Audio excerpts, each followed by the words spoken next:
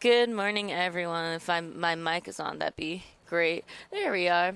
Good morning, everyone. You're listening to That's What They Said on WJOB 12:30 a.m. 104.7 FM in Hammond, Indiana. Here at the Strack and Van Til Studios, we're gonna do some quick traffic and weather, and then we are going to take a break and get into the show for today. So currently at the Strack and Van Til Studios, it is not blazing hot because we kind of ended our little heat wave, but don't worry because that is coming back shortly at the start of next week. But today it is 67 degrees. Today we're seeing highs of 83 degrees and lows of 64 degrees. And we are going to have just mostly sunny and humid weather, crystal clear skies tonight. Wednesday, highs of 88 degrees, lows of 69 degrees, mostly sunny, mainly clear and humid throughout the nighttime.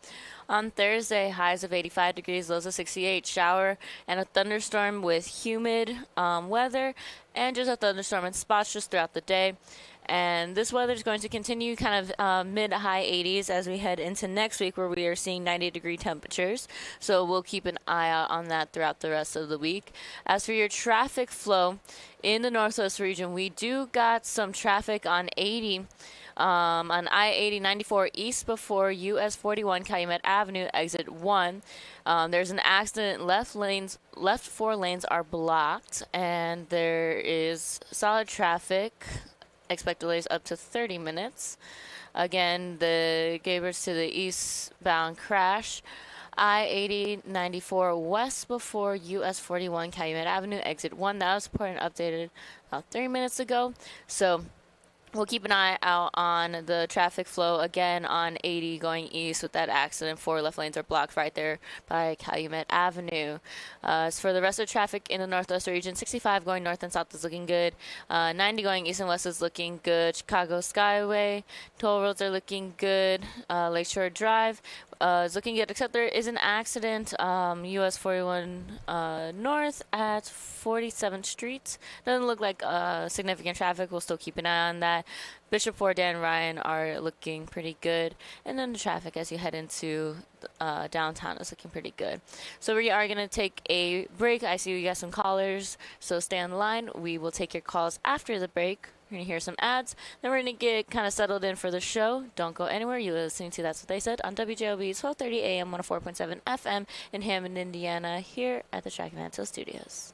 For over 100 years, Roofers Local 26 has been keeping Northwest Indiana dry and safe. Since 1919, our highly trained members have built a reputation for skills, safety, and reliability. With a 4-year apprenticeship and certifications in OSHA safety, first aid, and CPR, we deliver quality you can trust. When you need roofing done right, choose Roofers Local 26, protecting what matters most for over a century. For more information, visit www.roofers26.com.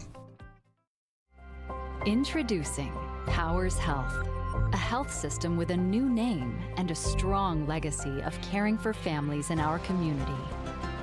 One with a tradition of advanced specialized services and a vision for the future. One with a commitment to medical excellence and compassionate care. Everything we do, everything we believe, powers health. When your home needs help, the last thing you need is a faceless corporation or sales-driven franchise. At Myers Companies, we've been proudly local since 1951, born and raised right here in Northwest Indiana. We're family-owned and operated, built on trust, hard work, and integrity. And because we're family, we treat you like family. Your comfort and safety always come first. For HVAC, plumbing, and electrical done right, choose Myers Companies. Local, family-owned, here for your family. Ogren Insurance, Hammond's oldest family-owned independent insurance agency, now in its 3rd generation, providing clients in the Chicago area with products from quality insurance companies to handle your every need. Regardless of driving history, Ogren Insurance can find the right coverage for you at competitive prices. To learn more about the insurance solutions and services we offer throughout Indiana, Illinois, and Michigan, call 219-933-0076 or visit our website, ogreninsurance.com. We're located at 6929 Homan Avenue in Hammond, Indiana. Do business locally with someone you know and trust.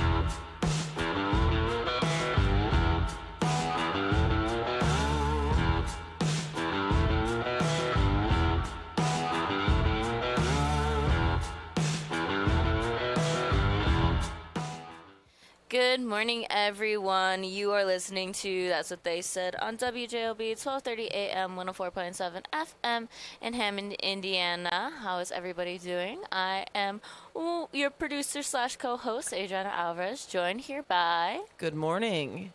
It's the hostess with the mostest, Michelle Quinn, and sneaking in as if we wouldn't notice that he was here is Larry.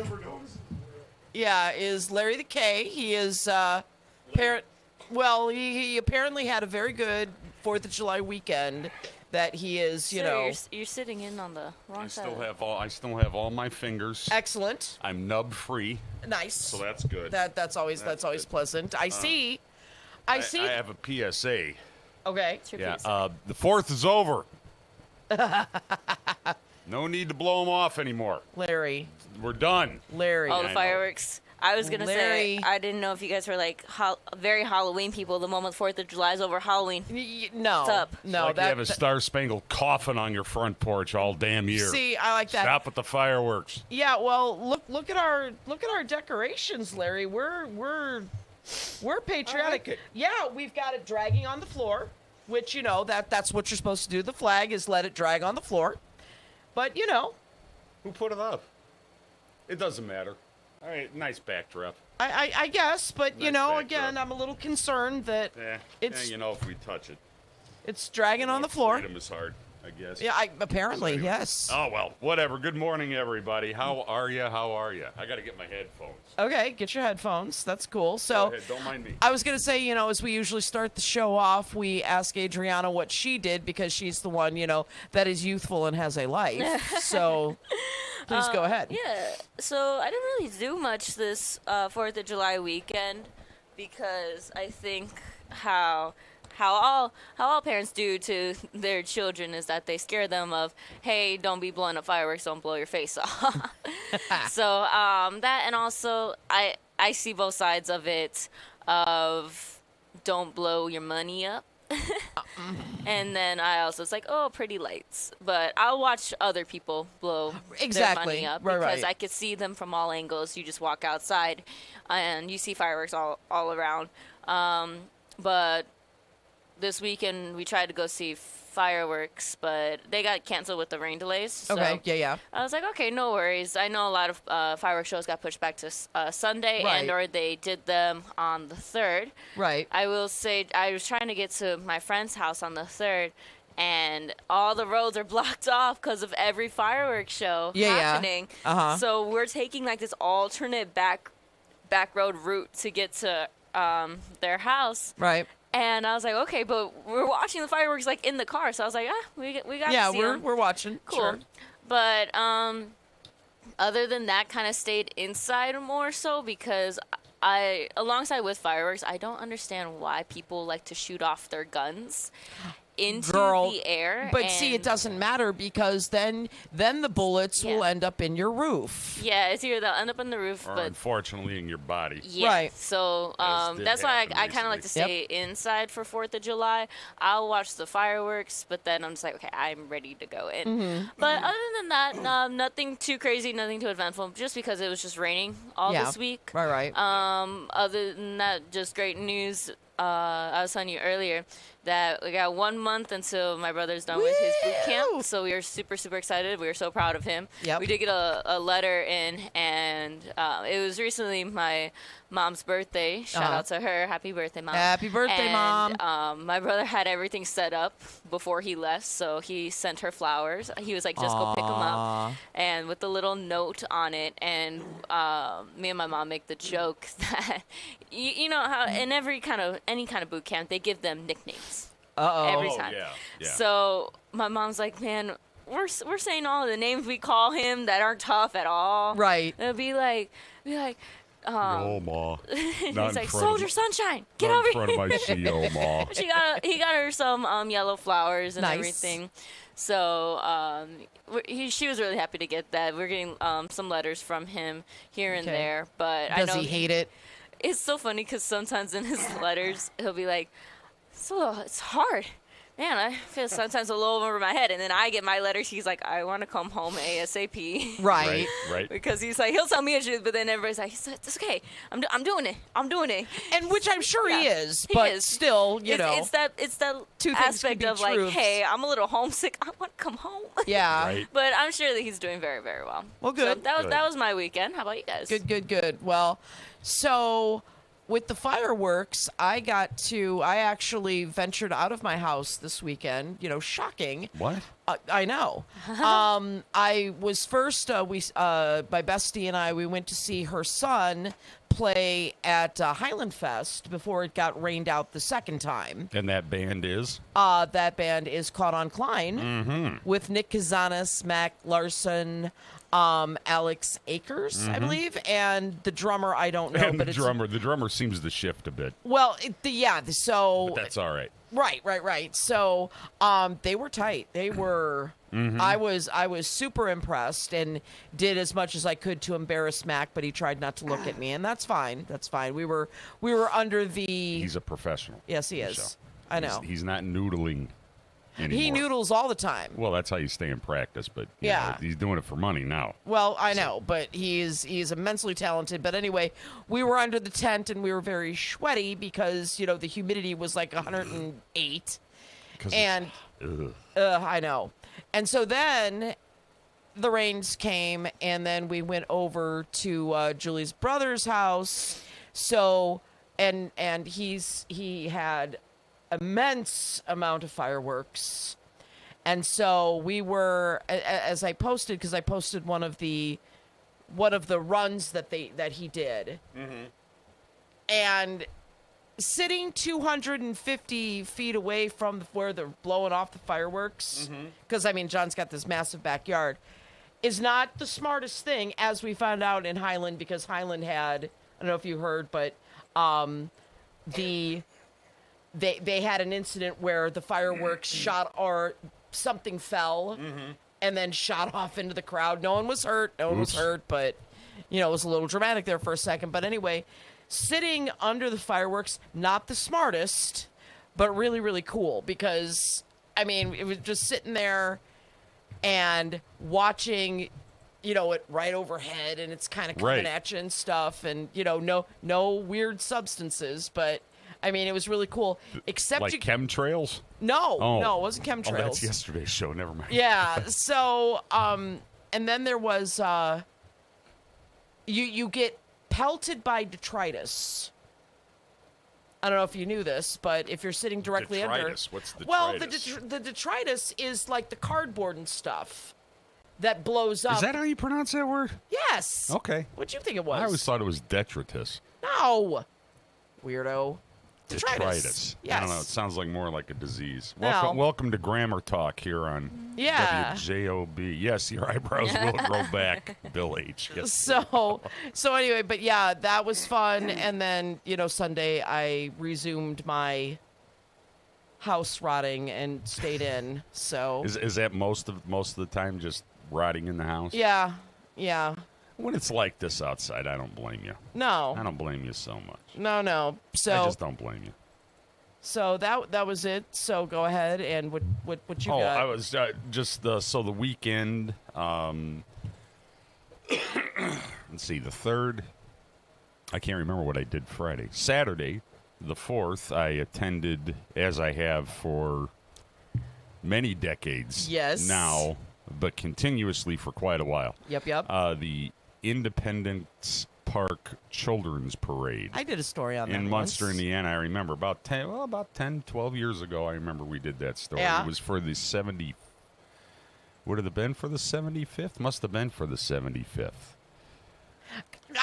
I thought that it was. I seem to recall like 2015. Yeah, maybe? that would be about right. Yeah. But then I was like, or 75th, did we do it during COVID? No, we did have the parade during COVID. Okay. Yes, I made sure of that. Okay. But it is one of the nation's last children's parades Yeah. of any kind, not Right. to mention Independence Day. These little children's and bike parades are a dying thing Yeah. across the nation. They have been for years. And this one in Independence Park subdivision of Munster, Yep. where I grew up, where my mother was born, where she still lives, Yep. has had this parade for 86 consecutive years. 86 consecutive years this parade has gone on. COVID didn't even stop it. That's amazing. It predates our entry into World War II by a year, Yeah.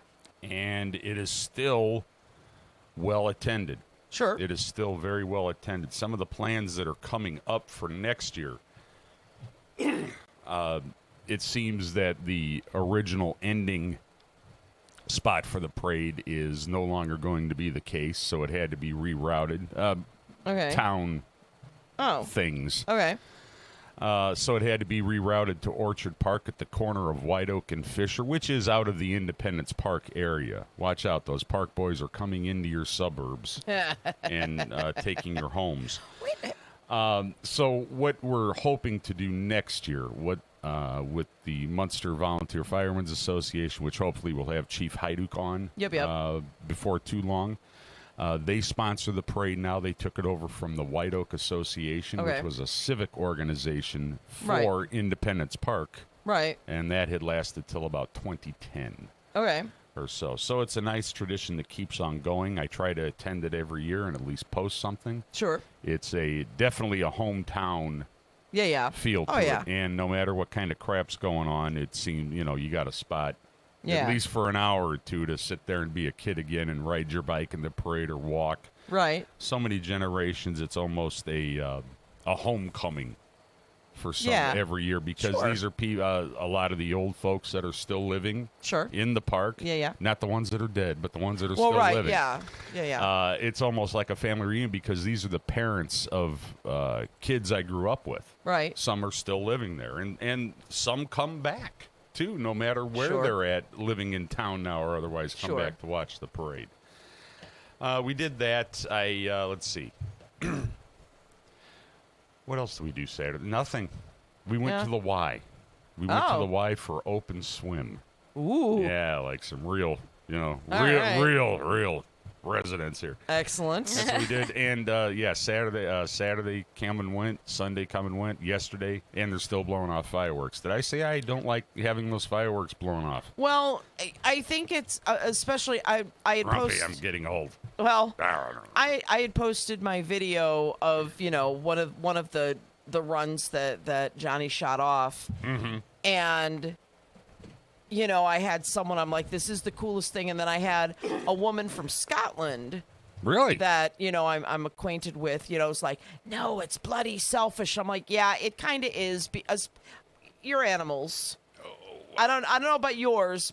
Simon could care less. Oh, my cat. Yeah, my all of our cats now are new to the house and 4th Right. of July in the region. Right. Okay. So yeah. Pyewacket didn't dig it. He kind of. We thought he took the keys and left town. Okay. Just didn't see him for the past couple days. He's okay though. Okay. Yeah. Simon. I don't care. Whatever. So yeah, okay. Yeah. Exactly. It's the region. Exactly. We hear it anyway. We Yep, hear yep. it anyway. Yep. All right. Do we want to take a call before we continue Yeah, on? let's take or? one call here. Oh, our morning gentleman. We Oh, gotta get yes. them. All right. We'll take, let's Trucker Mike. Let's do Trucker Mike real quick. Go ahead, Trucker Mike. Good morning. Good morning. sir. Did you guys put your waders and boats away and back to the cars and trains? Yes. I'm telling you, man. What? This weekend with that, Mother Nature could have held off until Sunday. Oh no, night she's or had it with Thursday. everyone. She is over everyone. But anyway, go ahead.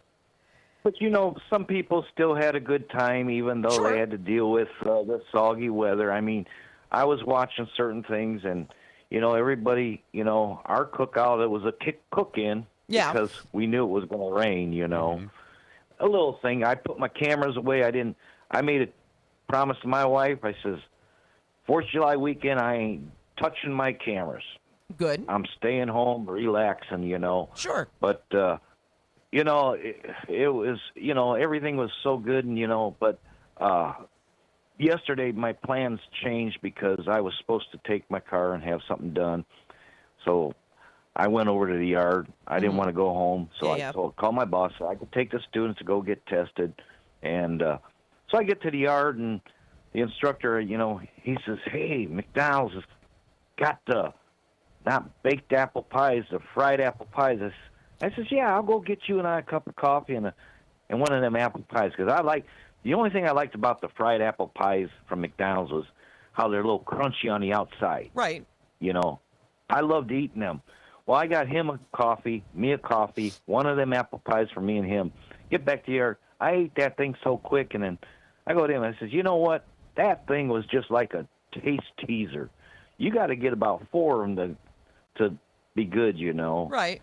But while I was waiting for my student testing yesterday, I go over to Family Express, get a soda, and I sit at their little tables they have there and drink my soda. And a retired United Steel worker from 1010 that's been retired for, he sat down and was talking to me for a little bit, 11 years from Inland Steel, East Chicago. And we started talking about the old days of what the mills were like back 11, 12 years ago. And I says, "Yeah, I used to drive a truck, go into Inland Steel." And I says, it was like a city in a city. I mean, it was just, I got pulled over by security one time in my semi going through things because I just coasted through a stop sign. Gave me a warning. I mean, it was like a city, and had a real good conversation talking about, how it is now and everything. And, but thing is, it's just, everybody, it seemed like everybody had a good weekend this weekend with the 4th of July and everything, my neighborhood, like you said, fireworks, oh my God, Friday night they're lighting them off, Saturday night they're lighting them off. So I get up at 5 o'clock on week mornings, and Sunday morning I get up, and I'm opening the door, and I'm about to take the dog out. 6 in the morning, somebody a little west of me blew off some fireworks at 6 in the morning. I'm thinking, okay. Yeah. But I'm going to let you go. I'm glad everybody could have had a good weekend to deal with the rain situation and the weather situation. But if Paul's listening, when I turned my laptop on this morning, it said 2 hours ago, right on the corner of my house, 6900 Harrison, there's a yellow car rolled over, and it said a baby inside and a woman with head injuries. That's all it said. I don't understand how that car could have rolled over there, and I'm just curious, is the baby and those 2 people that the car rolled over, if they're okay, because it's a 4-way stop and it ends, and I'm just a little curious because I never saw no flashing lights through my windows, and I was just wondering what time it happened. But I'm glad that you need to wear your Bumblebee shirt again. Michelle. Oh, okay. I will do that. I've got to, it's got to go through the laundry. But yes, I will wear the Bumblebee shirt. But I'm going to let you know what? Even though McDonald's got the fried apple pies, they're good, but nothing beats Munster Donuts. This is true. Plain and simple. So everybody out there have a nice day. Enjoy the weather, till it starts warming up again. Oh, and another thing is, it's still, sun goes down in Hammond at 8:28 at night still. But now in the morning, it's starting to get closer to 6 o'clock in the morning that it's the sun ain't going to be up in the morning. The times are going to start dropping, La, la, look we're at July. Not thinking about that. I know, but July, look at this, 8:28 in the evening is when the sun goes down. Yeah. And I remember, like when these clocks go back, 4 o'clock, 5 o'clock, it'd be starting to get dark already, Right. It's just pretty soon the evening time was going to start dwindling down, Yeah. But everybody just have a good day, and, just Have a good day. You too, sir. There it is. Thank you, Trucker Mike. Take care, man. Let's see. We got we're about 5 minutes up against the break. Let's go ahead and take Ron Matlock. Mr. Matlock, how are you, sir? I'm doing fine. It's just good to hear you all this morning. I have to say that I had a very good past weekend with the celebrations of parades through Gary, Maryville. It was just unbelievable. Oh, good. But what bothered me so is we celebrate 250 years of this nation. What happened in Washington D.C.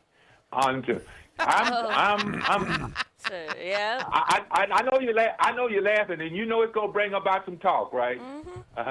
If it's in the news, we ought to talk about it. Mm-hmm. I think what happened in Washington D.C. hate groups. You know what I'm talking about. Oh yeah, we're gonna talk into that. Name them. Patriot. Yeah, Patriot but Front. I know. And I know that you'll get a lot of response on this radio station. Oh, we'll probably Fine get lads, we'll fine probably lads. get a few They're good people. calling in defending them. Yeah. Ron. They're good. They're patriots. They're They're good patriots. Patriots. Okay? I'm going to give them a Patriots. dictionary and tell them to look up the word patriot Yeah. and tell me And what that is. What it means. some of these people who call every morning, and but some of them won't call this morning because there's a boycott. You know. Oh, cool. But Yeah, they're on the again, chat board and they listen. Again, now I just listened here, and they keep playing this thing. Ate cats, they eat dogs, and a lady lost a cat in Ohio, and they put that as The Somalians, yeah. The Haitians at the Somalians. the Haitians, yeah. Haitians who came to Ohio, where Vance is from. You know, he came out of California, but he was from Ohio. He represented Ohio in the Senate. Right. Mm-hmm.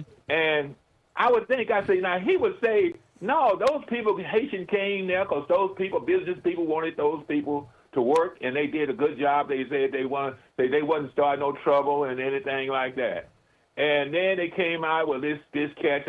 And sometimes I say the presidents need to be careful. Let somebody else say that. Let somebody else say some stupid stuff like this. So they continue to play that. I wish they had stopped playing it, But again, Donald Trump has made it very clear that some of the stupid stuff he say, people love him for doing and saying what he said. And that's unfortunate in America, 240 years. Mm-hmm. We all had good times. We celebrated and stuff like that. And let me just make it clear. I know somebody's going to say, well, what do you say about when the blacks are killing each other? I condemn that too, okay? I'm a black man. This is not who we are, okay?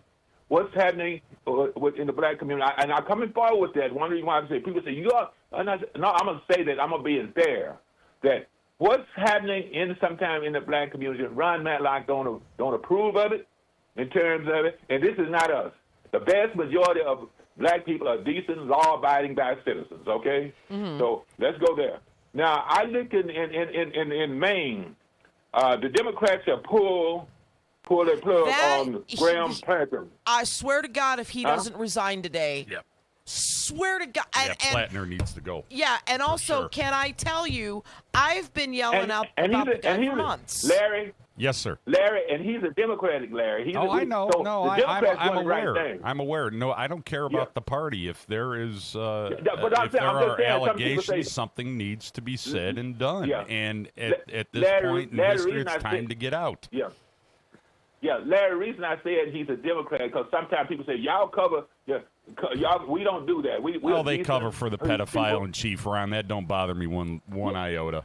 They sit there. I just had a person defend them over the weekend. Go ahead, defend and the them.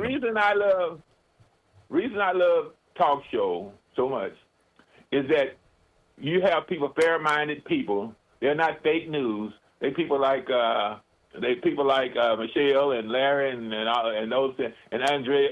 What's the name? Last Adriana. name? Ms. Alvarez. Yes. Adriana. Decent people. And when I come on, you're fair-minded, and that's what I like. Again, for those people say, why don't you condemn it? What's up? That black on black. I do. This is not us, okay?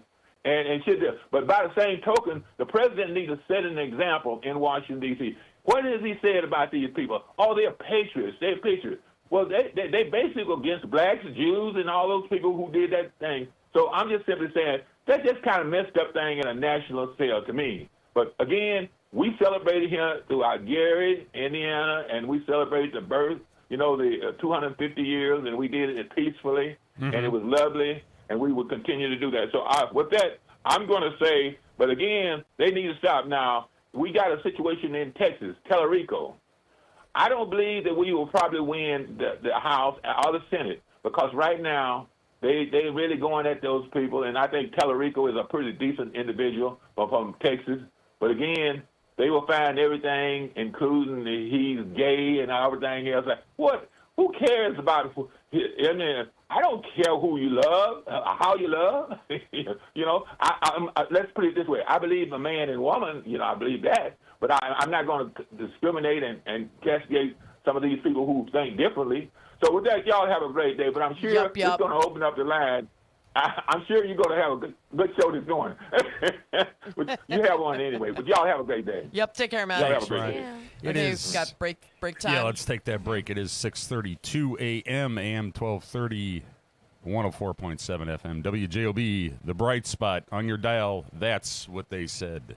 Need clean energy without the junk? I'm Jim Deedlow. I used to live on burgers, football, basketball, baseball. Now I'm gluten-free and more into biking, golf, and yoga. But I still need energy. That's why I love Paradise, developed by Emily D. Edwards right here in Cherville. My favorite is Paradise Packs Strawberry with gluten-free pretzels. Find it soon at Strachan Van Til or at spreadparadise.com. Fox Point bursts with free concerts throughout July. Our Wednesday night concert series features Hairbangers Ball, Hello Weekend, All American Throwbacks, and Keith Jackson and the Triple Dose Band. Enjoy the Northwest Indiana Symphony Orchestra on Friday, July 17th, and come back for Marrakesh Express and Echoes of Pompeii on Friday, July 31st. Fox Point in Lansing, Illinois is just minutes from I-8094 and parking is free. Visit foxpoint.org for our full schedule. That's point with an E, foxpoint.org. The best just got better. Tech Credit Union is proud to celebrate being recognized with Best of the Region, Best CEO, and Best Banker. To celebrate, we're offering 3 special CD offers with rates up to 4.5% APY for a limited time. Visit techcu.org or stop by your nearest Tech Credit Union branch or call 800-276-8324 to learn more. Tech Credit Union, the better option for people and communities we serve. Member NCUA. Minimum deposit required. Offer subject to change. Visit techcu.org for complete details.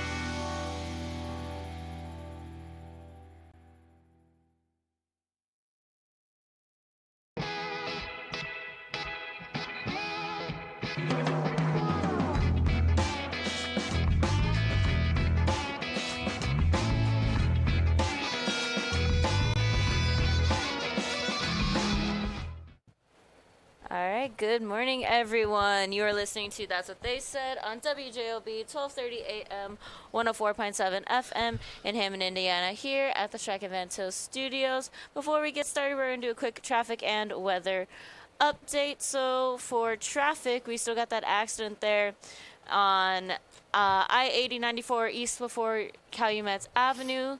There is police activity. Left lane is blocked. That was updated about 3 minutes ago. So that stems from, like we said, Calumet Avenue all the way to right about the Halstead Street.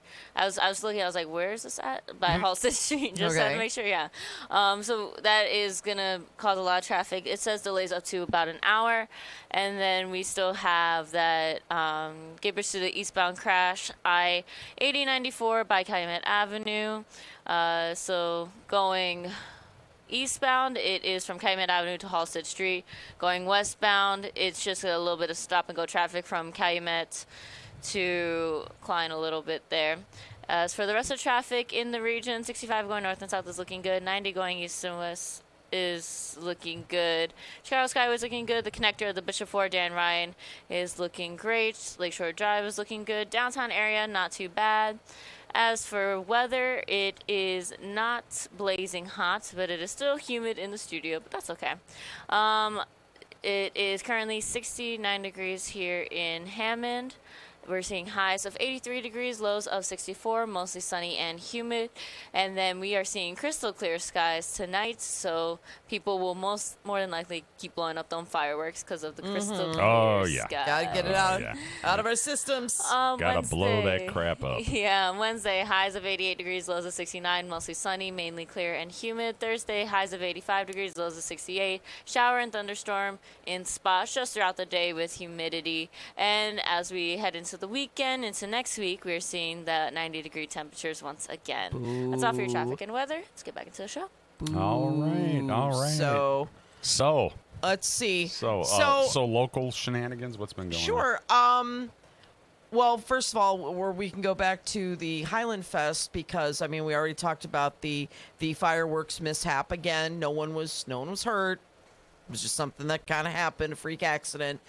But well, it wasn't a freak accident. I don't know if and I'm almost loath to bring this up because it's so dumb, but I'm gonna anyway just because it's so dumb. So I'm into dumb. Okay. Yeah. Mm-hmm. So ask anybody. So I guess obviously we had storms both days. We had on the 3rd and the 4th. Mm-hmm. I remember that. Yes, I do too. I do too. I was out in it Friday night, and it was. I hate driving in that kind of rain, but anyway, so the Highland Dems had a mishap with their tent because blowing winds and everything. Oh yes. So I'll save that the screed for last. But when we got there on Saturday, I went to go to the Dem tent and check and make sure that everybody was okay. It's make sure all the Democrats in Highland are good. Yeah, it's all back. And I notice over at the Republican tent is our illustrious Lieutenant Governor. He made his way up here. Yeah, in the flesh. Okay. Yeah, he was here. He was here. And the observations, and I understand this is absolutely catty and a dumb thing to notice, but I do have a point here. So I really want to know why our lieutenant governor wears skinny jeans and skinny pants all the time. Well, the easy answer is to demonstrate of how big of a phallus he is. But you see, I just... And you could probably figure out his religion. Well, I was thinking it was like that was just checking Facebook here on that. It's like right here we go. We got from the Hoosiers Against Micah Beckwith for Indiana page. Here we go. Okay. Micah's clingy man tights pants. Yes. Should be banned in Indiana, not our books. You can almost play guess what's in his pants pocket on any given day. And here's the photo. Let's see here. Next. I make fun of my students when they get their tux pants like that. I'm like, guys, why? I don't know. I don't know. So there he was, Mr. Maybe Jesus told him to buy the pants or something. Yeah. Or it's an effect of the chemtrails that he's been exposed to, or maybe Valparaiso sent them to him as a peace offering. It's just... Who knows with this idiot? And also, it's like, why are you wearing them when it's so hot? But, okay. But then I noticed... It's cool down in southern Indiana, don't you know? Not in Evansville, but anyway.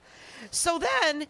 I also noticed that there was a woman, and I didn't know who she was, but I couldn't take my eyes off of her hair, which I can only describe as one of my other besties. So this was one of the other Republicans there? Yes. Okay.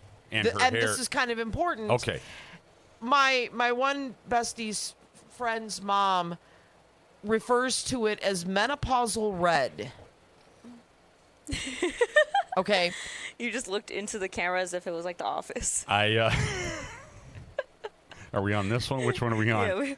So Menopausal red. Yeah, I want to say that a third time. Menopausal red. Which is this... I've seen that shade of red. Yeah, it's this burgundy, and it's a burgundy. Full disclosure, that's with ochres and ecru's. Yes. Yeah, I've had this color, back when I still colored my hair, a zillion years we're ago. back on the hair. Okay, good. But my point here is that you hear so much about what the liberals are wearing and what, they color their hair blue and they pierce their face. And I'm like looking at this woman. Anything that's different. Yeah, now we have and here's one who represents the Republican Party doing the exact same thing. And I also understand that the hypocrisy is the point. I get it. That's their shtick. Isn't that how they troll us? Yeah. Or troll people with yeah, hypocrisy, but multisyllabic words? Yeah, but it just, those were the observations I made. Interesting. So Micah Beck was Micah's hot pants.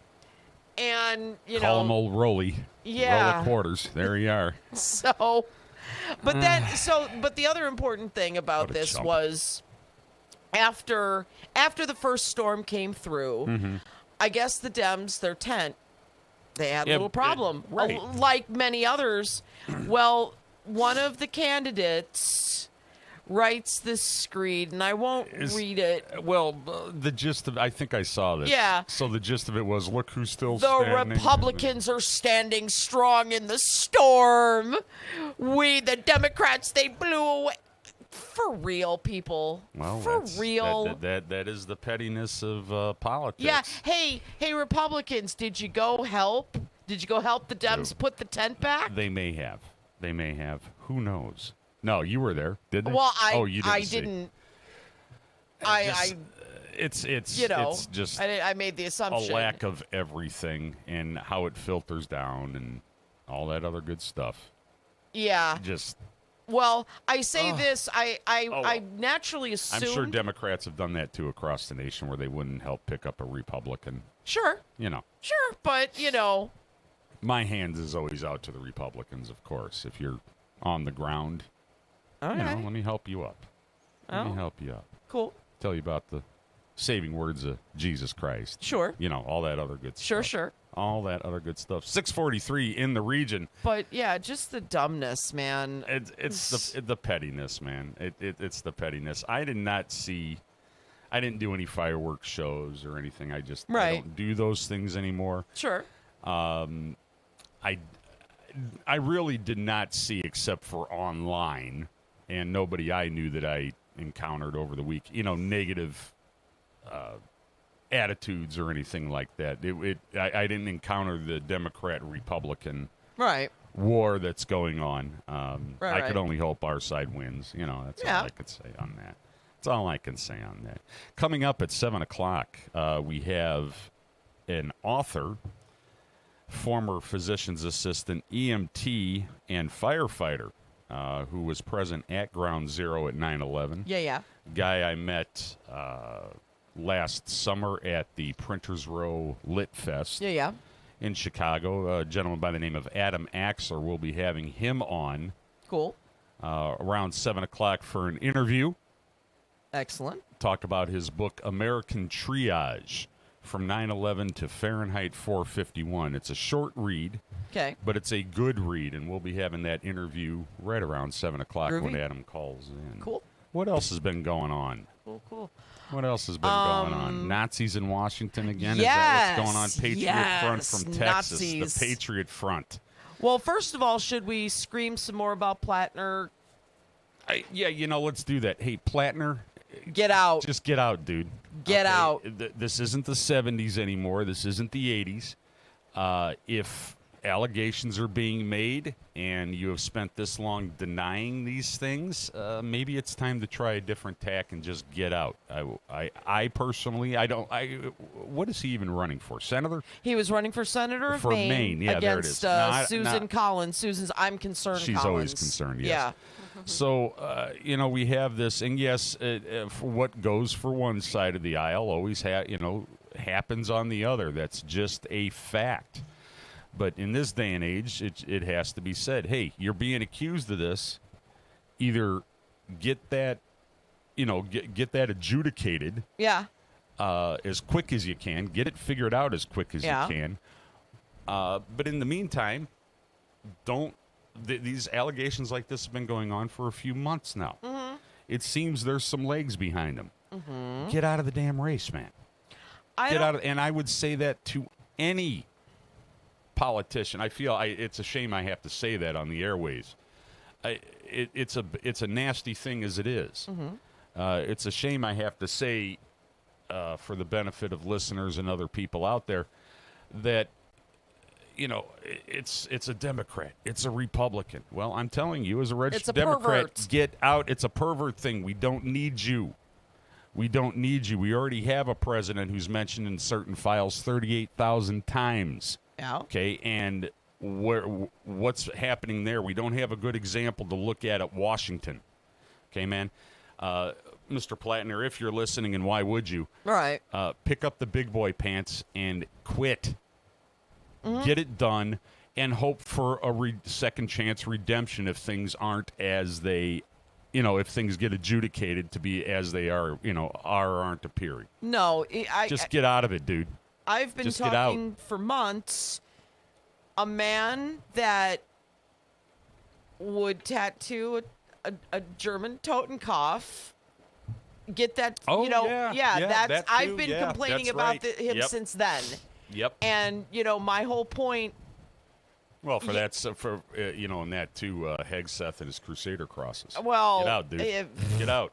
It doesn't mean what you think anymore. Right, but for him, okay, so he was a dumb kid, and he was over, in the service in Germany, and this or Croatia, actually. Sure.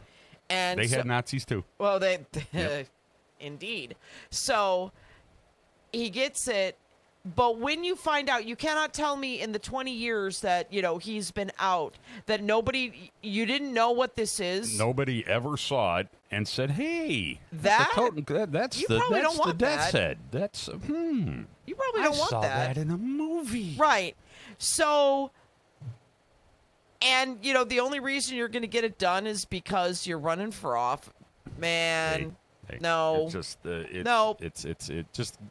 it up, Mr. Plattner. Please. Nope. Please do us a I favor hope and this just means I hope this means that Janet Mills will, her run will be resurrected, but I don't know. Oh, yeah, that's right. She suspended her campaign. Yeah, she too. did, and she was still on the ballot, and she got, trounced. Sure. But hopefully now everybody's like, yeah, maybe. Well, maybe Micah Beckwith will come into the station one day in his hot pants, and we could all worship him. Patriot Front, folks. Nazis. Yeah, Nazis on the 4th of July, everybody. So wasn't that we cool? got some footage. I'm gonna have it muted because I don't want any curse words or anything like that to come up. I don't know if they are saying curse words in this clip. It's just something on YouTube. I don't know if any creator and or somebody recording is like me. I say play the audio. No. I say play the audio. All right, let's see here. So you kind of see them all here. Look at them, all of them wearing masks. 450 some. So Patriot Front members from Texas. So we have some Texas there. Texas. Wow. Yeah. See, now here we go, folks. Here we go. We have the upside-down American flag on the arm of the uniform. That's always an eye-catcher. There's a symbol below that flag. If there's anybody on the chat line So let's see knows here, anything about the Patriot Front, and I suspect there might be a few. All right, so we got some photos here. Yeah, tell us a little bit about those patches, won't you? 845-1100. Call in. This photo. There's a good photo there's right there. There's our Pulitzer winner right there. Look at these clowns. Look at this. No, wait. Hold on. Now, Laura Ingraham said they were Antifa. Yeah. They look like Antifa. I don't know what the hell that means because I've never seen a person who looks like Antifa, but I sure as hell have seen more than a few people in my 54 years that look like fascists, racists, bigots, white nationalists. They don't want to lose their jobs, Lair. Well, they want to be able to move in public with masks on. No, they want to be able to live out in the world. Because they're chumps and they're afraid. Right. They're going to dox us. Well, guess what? Democrats aren't the only one that dox. Okay, Republicans do it too. We know what happens. Let's talk about libs and TikTok for that. Yeah. Ask Senator Durnals about the swatting and all that good stuff, because y'all do it here too. Yeah, look at these chumps. I tell you, if I saw one of these freaks walking down, say, Homan Avenue, if I saw 450 of these freaks walking down Homan Avenue. Oh, one forgot to cover his nose. I'm not. Oops. Oh, well, you know how it is with the masks. Yeah. The age I'm at right now, and having studied and learned about Klan history in Indiana and across the nation, especially during the 20s, this reminds me of the Klan march that marches that took place locally here all the way up until the 90s. Yeah. In Gary. Hey, did we ever find out? Did those chuckleheads get a permit to walk, or for did the they just Patriot Front? Yeah. No permit. Oh, okay. No permit. Cool. I'm sure the president, the current occupant, said it was okay. Because there's good people on every side. I don't know. I'm getting tired of this, folks. This is not our nation. This is not America. This is not patriotism. What you see here with the Patriot Front. They want to co-opt that name. These are white nationalists. They are racists, bigots, and yes, they have the freedom of speech just as much as I do, just as much as Michelle does, just as much as Adriana. Sure. Anybody. So I'm saying it now. These guys are idiots. Okay? There are local groups of people like this. The Proud Boys were around here for a little while. I happen to know a person who joined them. Oh, no way. So I think this one might be in Tennessee. Oh, is this? Oh. There we go. Oh, okay. Now these guys, let's see. Oh, yep. Get them out of the U-Haul. Get there we go. U-Haul. Oh, there nice. we go. Look at this. Look at these idiots. Look at these idiots. Let's see. Oh, yep. There's the Confederate battle flag, of course. Excellent. There we go. Yep. Do we see the Christian? The South do we see the shall Christian rise nation flag? again. Do we see that? The lost cause. Adriana. Yes. Adriana, I'm gonna tell you. This is not my first time seeing this. Oh, we got. This type of activity. I since you're the token young person here. I guess so. Notwithstanding heritage, ethnicity, anything like that. How does this make you feel, ma'am? This is very concerning for a number of reasons, because honestly, there's a lot of this just looks scary. I mean, if a masked man came up to me on the street, or 450 of them. Yeah, or a whole gaggle of them, I would be a little scared. But the other thing, like we said, you have freedom of speech. You are free to say what you want. Yep, and you're free to piss off, too. But clearly they're trying to escape freedom from consequences because, again, if you're so proud of it, well, they learned from Charlottesville. Yes. They learned because, all those chuckleheads that walked around without their face covered, many of them suffered the consequences if they were in, photographs. So this is, so now we're just going to it's funny. Wear it proudly, folks. I look at and the I know picture many of of you these do. Patriot Fronts, these Patriot Front folks. So it's the blue top with the khaki bottoms for the most part. Yep. Kind of looked like what Micah Beckwith looked like in that picture we saw. Yeah. You're right. With the pants. Interesting. So You're right. you go. Is this? I don't know. Blue and khaki. That that was a go-to. Right. For fashion. But gee, has it been co-opted again? Apparently. Yeah. I don't. So be proud, guys. Be yes, proud. Be proud. Anthony Flores, 1266 on the chat board. You're right. Viva Trump. Be proud. Yep. Be proud, Anthony Flores. Yep. And then check yourself. Watching this, and of course, to play devil's advocate, to play to both sides. Now, some people say that the No Kings protests and how they are saying all of these bad things about our current administration, our sitting president, they had the freedom to do this, but you guys are hating on them for doing this. There's a kind of a bigger difference, I think, and I don't like how some of these protests, they are saying like a lot of these curse words because there are children that sometimes attend these protests. Right. So, like, keep it as clean as you can. But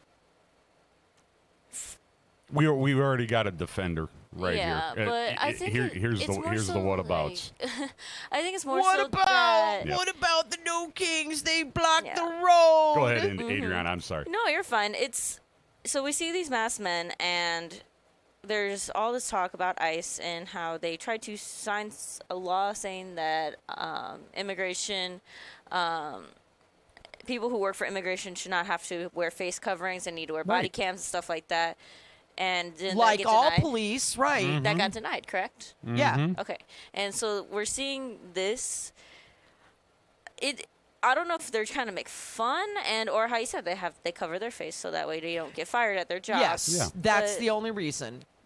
People got fired at their jobs for, and you should never say anything bad about anybody who has died and or has been killed to political violence or killed in any sort. But people were getting fired for saying anything about Charlie Kirk's death. Yep. Right. And all of them are now getting very rich because when they get fired wrongfully, they get to sue. And now these universities have been having to pay millions of dollars for wrongful termination. Yep. So that's why I look at this. I was like, well, if you're worried about getting fired from your job, why are you wearing a mask? Like, show your face if you're not worried. If your job's going to fire you because of your beliefs, you could sue them. Right. But I don't know. It's just concerning because, as you said, like a bunch of masked men on public transit, I would feel very uncomfortable. So. For sure. We are at 6:57 a.m. Some of the chatterlings are. I love it. Do you feel the same fear and shame when BLM was burning down the cities? BLM What city got burned down? I just want to know. Rick Hutch, you can call in anytime, 845-1100 if you want, and get to hear that radio voice that you possess.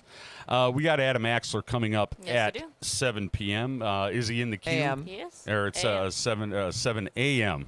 Sorry. Let's go ahead and do our break, and on the other side, we'll bring in Adam Axler, author of American Triage.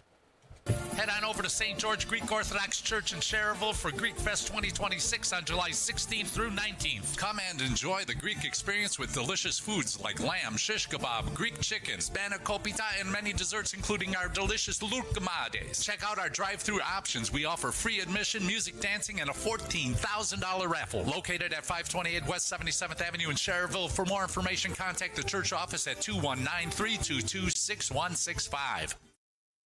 Life's biggest challenges don't come with a warning. When legal issues arise, whether it's a car accident, personal injury, criminal charge, or representing you before municipal boards, you need a trusted advocate on your side. At Westland & Bennett, we listen first because your story matters. We provide strategic, personalized legal solutions to protect your rights, your freedom, and your future. Peace of mind starts with a conversation. Call 219-440-7550 today for a free consultation. I'm a victim of being ran over by a semi while I was flagging. The person wasn't paying attention and they hit me with their vehicle. I seen a accident where we were the first people to walk up, and that picture will never leave my mind. I've seen people get hit before. It's been horrible.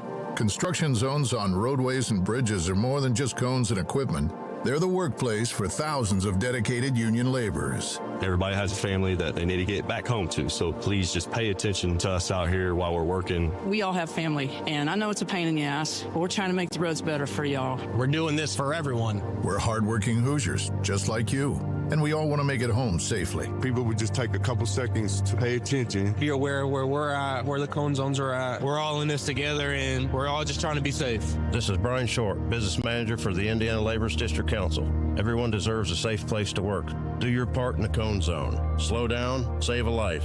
We're all in this together. A message from Laborers International Union of North America and affiliated locals. Good morning, everyone. You are listening to That's What They Said on WJOB 1230 AM 104.7 FM in Hammond, Indiana, here at the Shack and Van Til Studios. Before we get into our interview that we have, we are going to update you with some traffic and weather. So currently right now for traffic, we still have 80 going east at Calumet Avenue all the way back up to Halstead. and left lane is blocked due to police activity. Solid traffic, expect delays up to an hour, but 80 going west is looking pretty good. 65 going north and south is looking good. 90 going east and west is looking good. Chicago Skyways, Bishop Ford, Dan, Ryan are all coming along great. As for weather, it is... See here, 70 degrees here at the Track Event Hill Studios. We are seeing highs of 83 degrees and lows of 64, mostly sunny and humid with crystal clear skies tonight as people will continue to be blowing up fireworks. On Wednesday, highs of 88 degrees, lows of 69, mostly sunny, mainly clear and humid. On Thursday, highs of 85 degrees, lows of 68, a shower and thunderstorm with humidity in spots as we prepare for next week of 90-degree temperatures again. So that is all for your traffic and weather. We do have our interview on the line if you want to introduce All right, then. AM 1230 WJOB. This is That's What They Said, and we have an interview here. Why don't we bring him in? I'd like to introduce Adam Axler. He is a retired, I got to say that, and he's younger than me, retired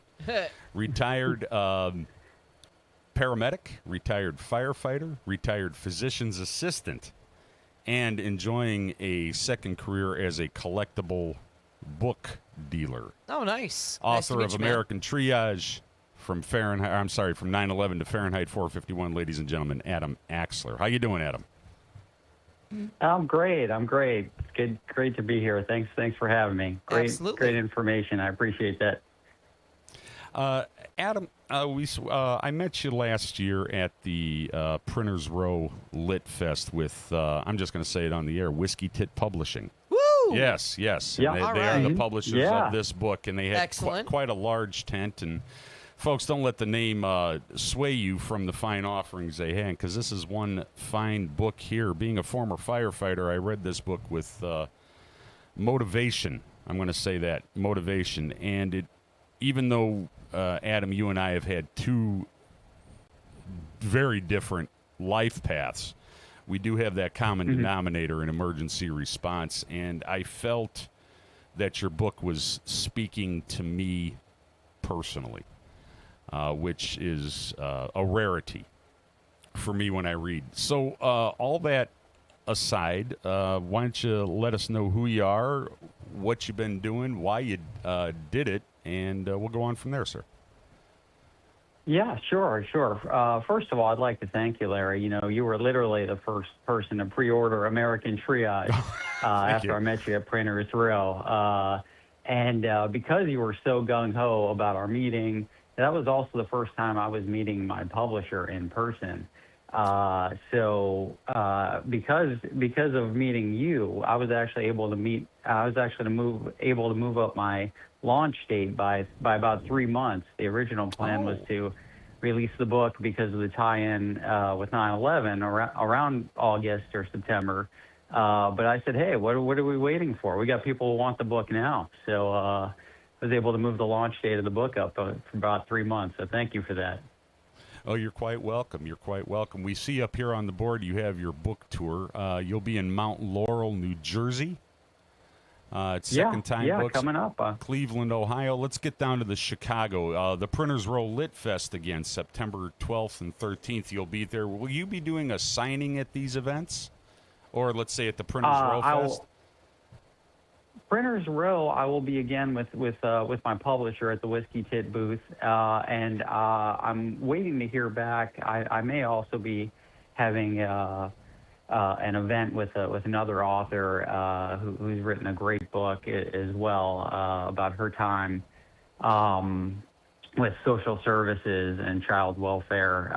So we're hoping to do a combined event talking about the difficulties, the burnout rates in these different professions. But I will certainly be at the tent signing books. Happy to do so. All right. That sounds good. I can't wait to see you then. Adam, I know, and I've spoken on these airwaves different times of what got me into the fire service.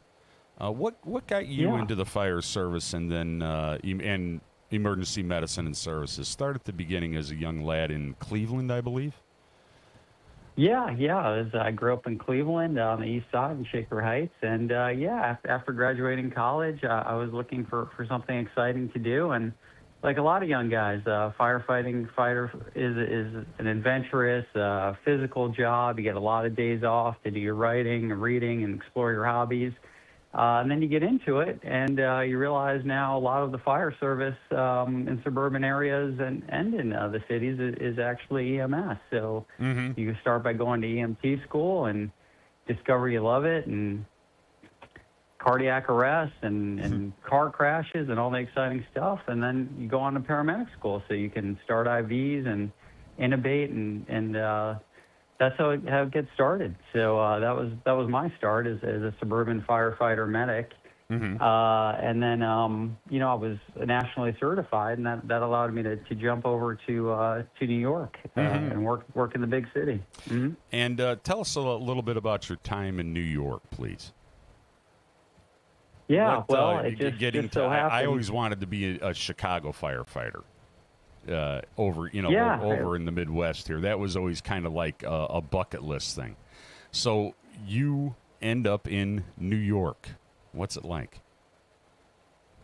Yeah, it was very, very eye-opening coming from a kind of slow-paced or medium-paced suburban fire department in Cleveland to all of a sudden you're driving an ambulance in Manhattan, and it's quite eye-opening. You're doing a lot of calls, cardiac arrests, some stabbings, seeing some crazy stuff, and my time overlapped there with working Ground Zero 9/11 and also working the blackout. So I was there during some of the toughest times in the city. How and today, all these years, of 2 decades removed. Over 2 decades removed now. How often, or when you do go back to New York City, which I assume you do, what is that like for you now that you have lived that? And you go, what is that like when you return to New York for any reason?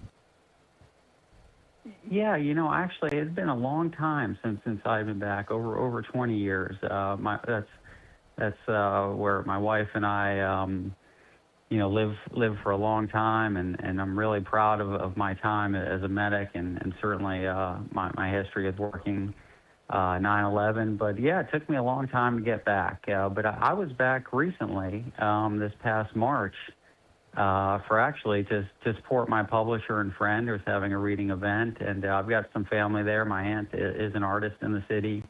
And going back, I made a point to visit the 9/11 Museum and Memorial, which has a great extension for people like me. They allow any former rescue worker and Ground Zero worker. They give you free tickets and membership, and that was really an emotional day for me. I was really struck with how beautiful and how well done the museum was. It was.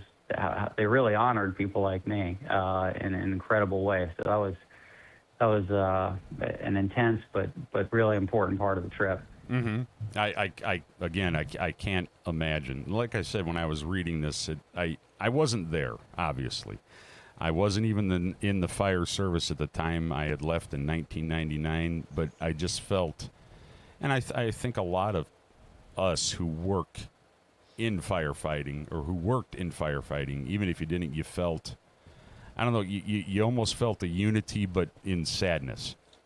You guys working at Ground Zero, and what we would see on the news 24/7, every channel, it really, it hit me in a way. I mean, maybe my wife could better describe it. She was there for that, and like I said, your book spoke to a certain part of me that I thought, had been long put away.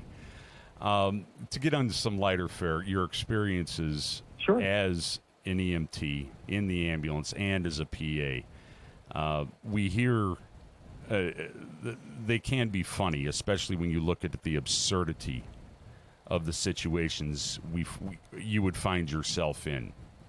You follow me there? Oh yeah. What would have been?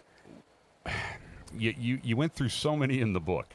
What would have been the most absurd call, or one of the more absurd calls that you went on to where after you got done and the reports are written and the rig is stocked back up, you just looked at your partner and went, "What was that?" Do you have one of those moments? Yeah. I think I put one of those in the book, I keep it clean. But the title of the chapter is "Bad Beer," essentially. Yes.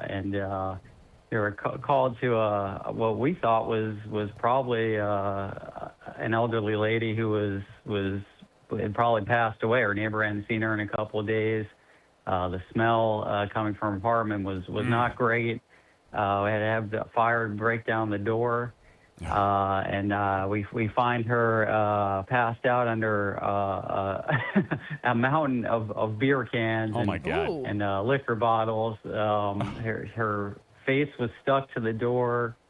She had this kind of glued-on wig that was half on, half off. And she was angry upon being found. I'll tell you that. Oh no.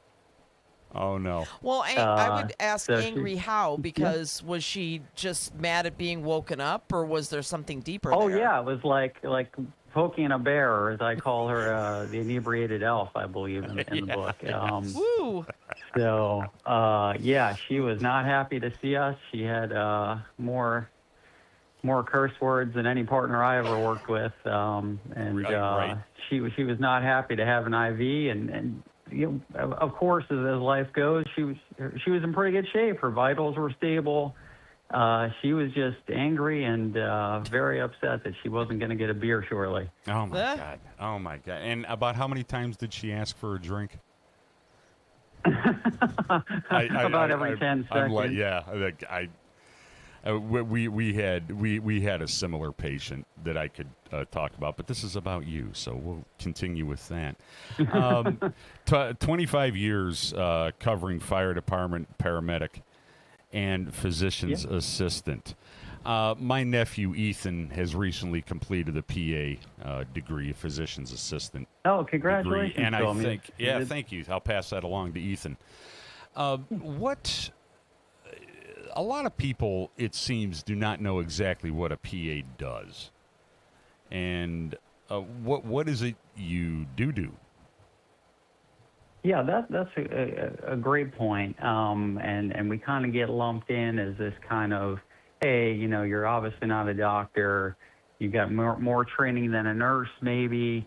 But really, PA really became a profession in the medical model. Where you follow it's similar training to what a doctor would do. It's just an abbreviated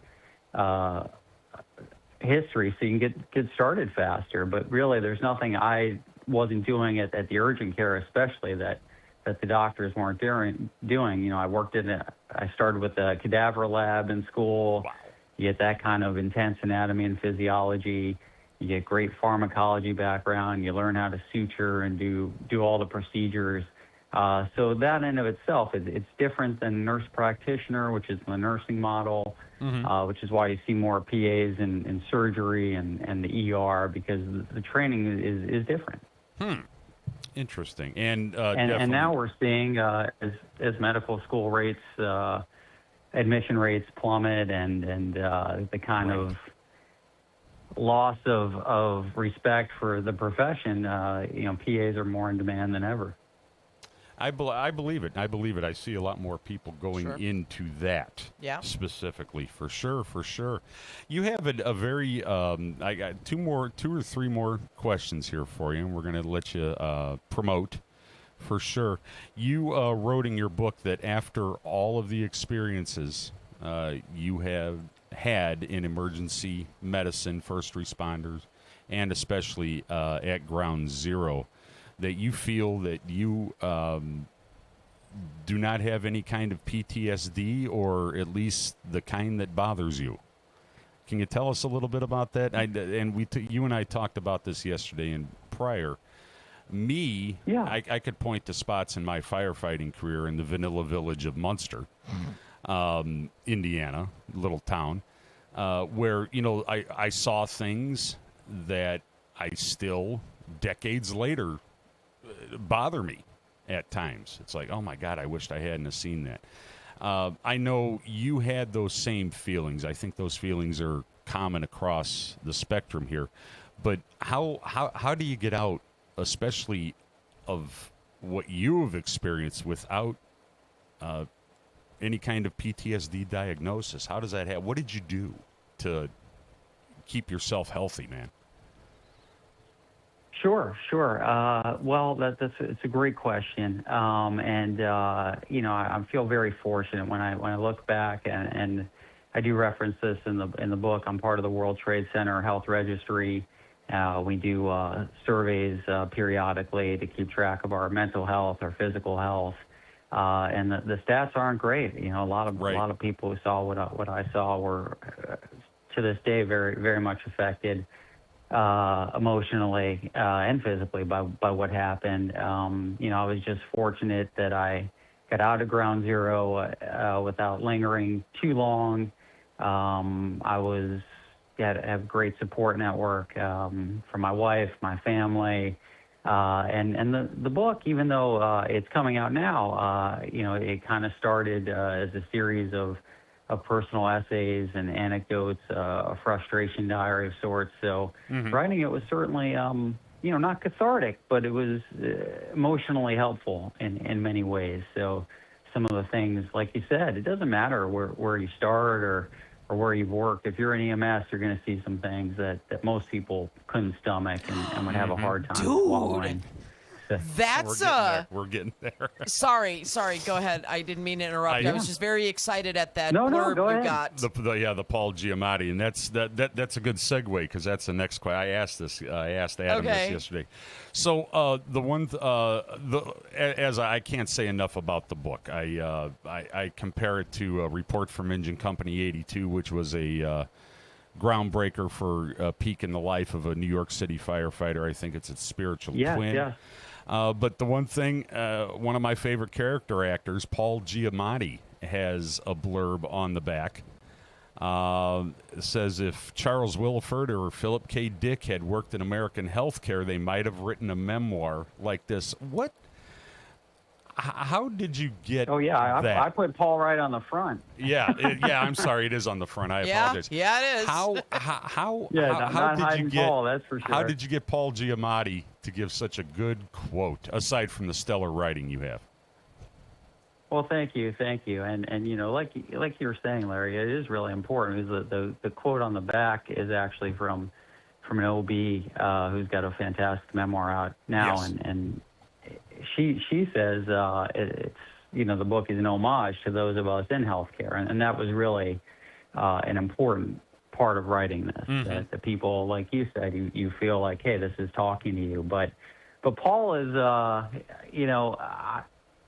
in my second life now as a bookstore owner, science fiction, fantasy, horror. He's just a huge reader, and in our circles of the nerdy science fiction world, there's clips of him circulating on TV with Stephen Colbert and other people just talking about books, authors you've never heard of from the 50s, 60s. He's a big reader, so he's fortunately been a customer of mine for a long time, and very cool. I figured I got nothing to lose, so I asked him if he'd read the book, and he was more than happy to, and more than gracious with that's just one part of the quote. He gave me a whole nice paragraph that was a glowing. Couldn't have asked for more. Oh, right on. And where, because we're going to be coming up against a short break here and some braking traffic, where can people find you online, Adam? Where can they find you? Yeah, the best place to find everything. AdamAxler.com would be the easiest way to find everything. There's a link for the book for American Triage you can buy directly, and then you can also jump right to my bookstore, Collectible Science Fiction, my main page of Instagram where I post new books for sale daily, and then also my web stores on Biblio and A-Books, where you can find about 2,000 books I have for sale at all times. All right. Adam, thank you so much. Michelle, did Well- you have a question? Adriana, did you have any questions for Mr. Axler here? No, other than where can I get this book? Yeah. We'll get you a copy of the book for sure. We'll get that taken care of. Yeah. Well, if you need to split, you can, but I've been, as Larry was talking to you here, I'm diving into the book. And first of all, I got to tell you, these chapter titles are kind of cracking me up here. But I started reading Turd Milkshake. And Yeah. so, and I did that Well, because... you said it, not me. Well, my mom had a couple of rather nasty bouts with C. diff, but I wanted to, in order to entice people to read this, this little passage here was kind of funny. It's about staph. So if you sure. indulge me, Please. so staph. Short for Staphylococcus infections, have been around forever because staph is one of the normal bacteria that live on your skin. MRSA, however, is a form of superstaph that was born in hospitals and nursing homes where patients were treated with strong antibiotics, some of which have since been black boxed. Years ago, this was only found in hospitals.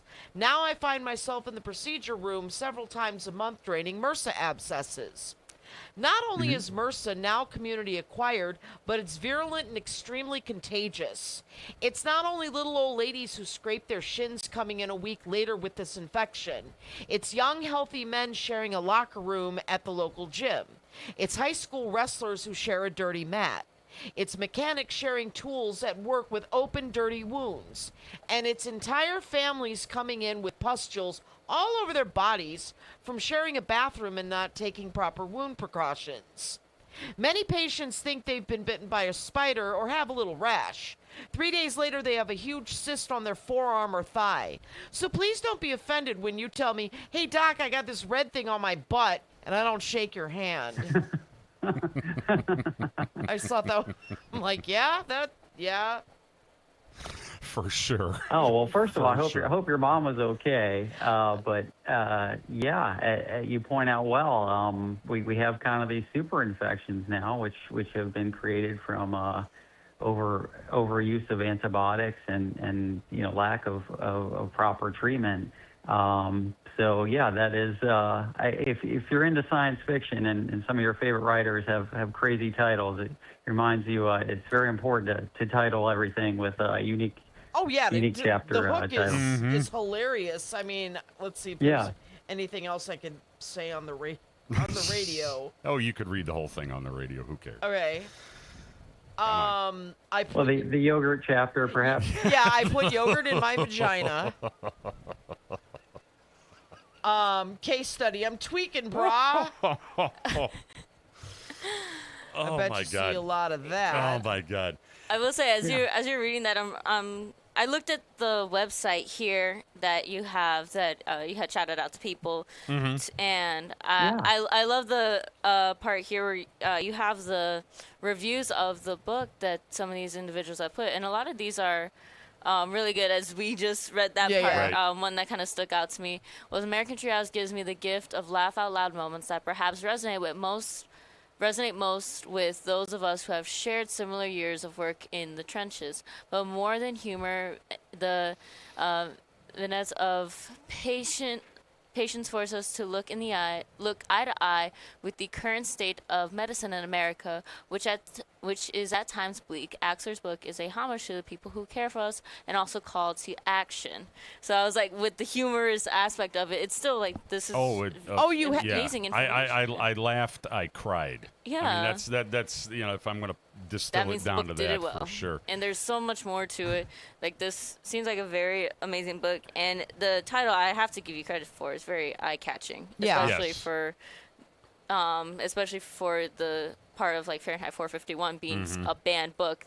A banned book is Yeah. already going to Exactly. be call to action for Yep. you to read it. But then also the other breathtaking part of it for just the concept of the book. So it seems like a very, very good read. Yeah. And I know that, honestly, Oh, well, I feel like thank this you. is going And to be that's taken off. that's awesome that you picked up on that. It's definitely meant to have a double meaning of, these are tough times where we're banning books and a shift away from science. Yeah. So even though, yes, Fahrenheit 451 Ray Bradbury is part of my everyday life of selling books, but it's much more meaningful in the sense of, can you believe this book written 70 years ago is being banned, and people are moving away from basic, polio vaccines and to banning books. It's crazy. Yeah, that's got to be. I was just thinking about that. With the. And you still, no, Larry said you were retired, correct, from all of this. What healthcare? Yeah, I still have my PA license. Sure. It's good to keep around, but no, I'm a full-time bookseller. Yeah, you're like, no, I'm out of this. And author, right? and how long have you been? How long have you been out of the the physician's assistant game? Because I would say, when did you start seeing this pull away from, like for example, I put yogurt in my vagina. That's a maha, woo-woo science. We're going to get back to nature nonsense. How long before you left were you seeing that? Oh, I saw it. There was kind of almost like a switch. You get out of PA school, and I was in Florida at the time, so we're right smack in the middle of the opioid crisis. With oxycodone and all that stuff going on, and then the crazy. I even have a chapter titled "The Jenny McCarthyism of Modern Medicine." Yep.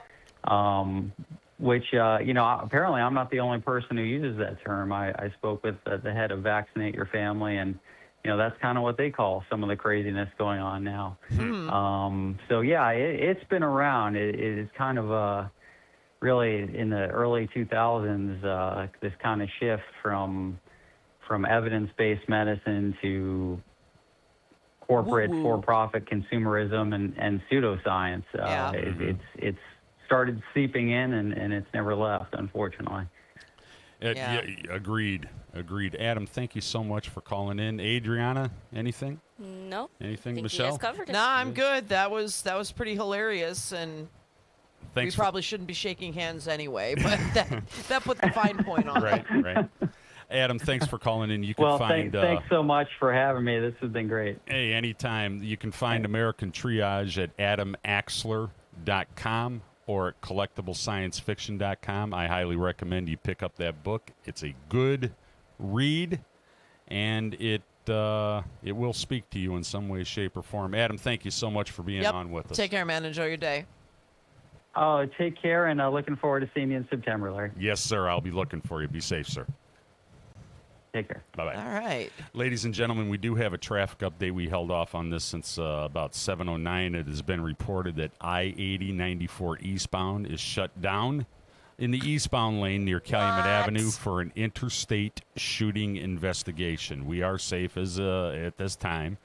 As a result of the shooting, the victim crashed into a semi. Further information will be released later. Mr. Flores, wake up. You're sleeping. It is 7:29 WJOB, 1230 AM, 104.7. That's what they said. And now they are going to say some commercials. I'm a victim of being ran over by a semi while I was flagging. The person wasn't paying attention, and they hit me with their vehicle. I seen a accident where we were the first people to walk up, and that picture will never leave my mind. I've seen people get hit before. It's been horrible. Construction zones on roadways and bridges are more than just cones and equipment. They're the workplace for thousands of dedicated union laborers. Everybody has a family that they need to get back home to, so please just pay attention to us out here while we're working. We all have family, and I know it's a pain in the ass, but we're trying to make the roads better for y'all. We're doing this for everyone. We're hardworking Hoosiers, just like you, and we all want to make it home safely. People would just take a couple seconds to pay attention. Be aware where we're at, where the cone zones are at. We're all in this together, and we're all just trying to be safe. This is Brian Short, business manager for the Indiana Laborers District Council. Everyone deserves a safe place to work. Do your part in the cone zone. Slow down, save a life. We're all in this together. A message from Laborers International Union of North America and affiliated locals. I'm Pastor Eric Boone, pastor of the Tree of Life Church here in the great city of Gary, Indiana. the Notre Dame Credit Union. Go beyond and above to make sure that we are in position to make that greater impact. Listen, this credit union is one of a kind, and I'm looking forward to the future because I know that we will continue to do greater things together, and I'm forever grateful for a credit union like this. Visit NotreDameFCU.com. Hey Region, I'm T, and I grew up in East Chicago, went to college in Gary, worked out of Munster, and raised my family in Crown Point. I'm Region to the core. I created Region Hot Sauce, the flavor of the region. Add it to chicken, fish, pizza, eggs, and more for the perfect blend of heat and flavor. Visit RegionHotSauce.com for a complete list of locations or to order direct. Region Hot Sauce, the flavor of the region.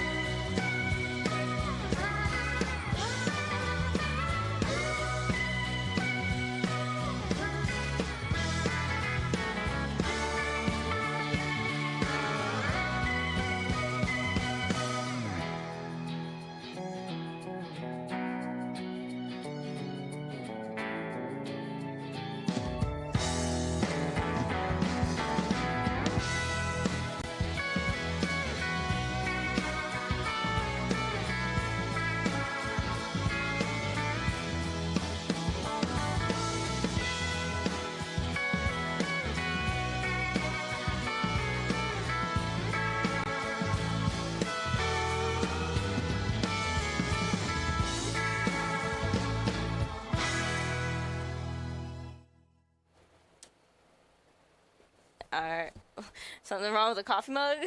No, I was just reading it. It's this St. Mary Catholic School mug from Crown Point. Oh, yeah. St. They Mary's yeah. came in. How nice. And they gave you cups. Nice. Yep. Right on. Swag. Yay, Catholics. All right, moving on. Go ahead. You want traffic? Are we doing traffic and weather? You just didn't. Oh, I just did the traffic. Yes. So just to repeat that eastbound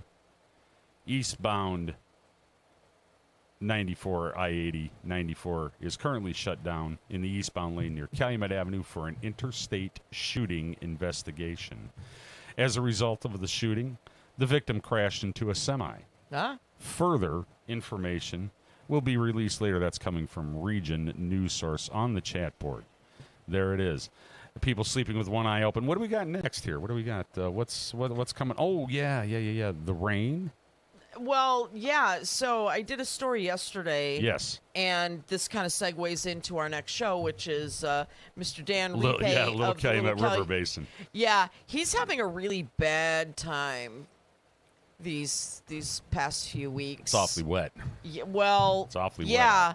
And so the discussion, I was calling him because, doing the weather story and that kind of stuff.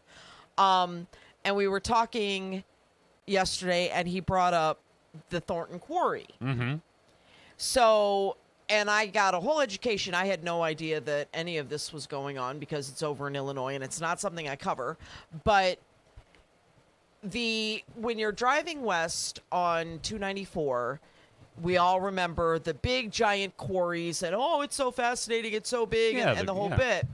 Well, going west to your right, they have turned that into it's a deep tunnel project, right? reservoir. A deep tunnel project for it's a reservoir for the region. Yes, which and that was another part that I learned because we were you call Dan and we talk about, okay, well, how's the little Cal doing, and he's kind of the point person on all that. That is our locus of concern, right? Yeah, and he's like, well. And tell you. He of course, made it very clear that the commission is at the ready. They'll do what they need to do. However, the quarry, so the little Cal, I guess, meets up with Thorn Creek on the north side of the quarry. And as he explained it, they pump the water. And anyway, Thorn Creek, is kind of, when Thorn Creek is running, then it's like, traffic. Yeah. The moving along. little Cal's moving along. When it gets bollocksed up, the water has nowhere to go. Well, y'all, the quarry is where it goes. Right. And the quarry right now is 94% full. Yeah, something like 8 billion gallons or some such. 7.3 billion with a B. Billion. No one's ever seen water this wet. Well, water, as I found out when my water heater blew up Yes. a few years ago, I never knew how destructive water is. Yeah. And so, I mean, you being a former firefighter, you would know, but I'm just Well, water's the good stuff. right. See. But anyway, and until it turns bad.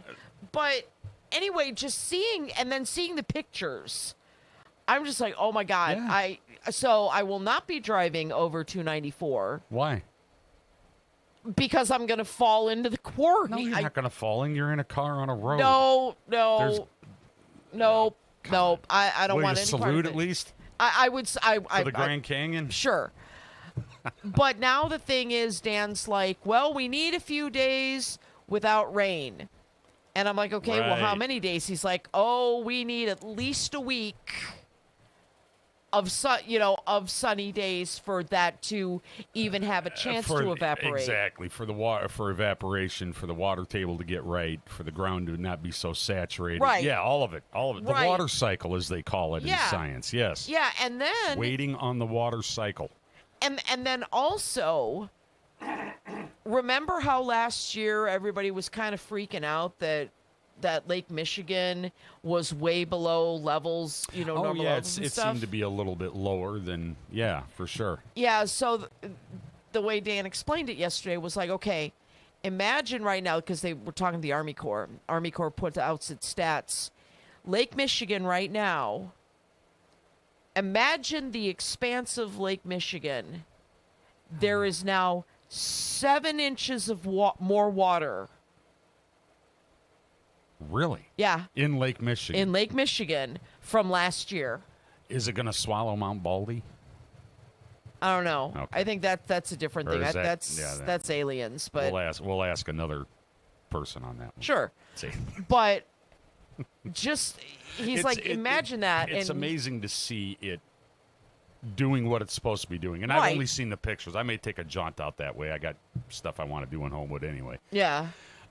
It's got to be amazing. Now, a lifetime of traveling over that on family vacation. Right. You become so familiar with it. And Right. yeah, now that landscape has certainly changed, at least by the pictures. Yeah, I'd be it's a little freaky, I'm sure, driving over. Yeah. Maybe we should do a live remote from the quarry. No, thank you. We can could sit you way can in the do bottom that. and go, hello, welcome to WJLB. You do that. No, no, thank you. Parades. Now, did you go to any of the local parades besides the kid? No, at I all? had the opportunity. I could have covered a parade, but I was just like, nah.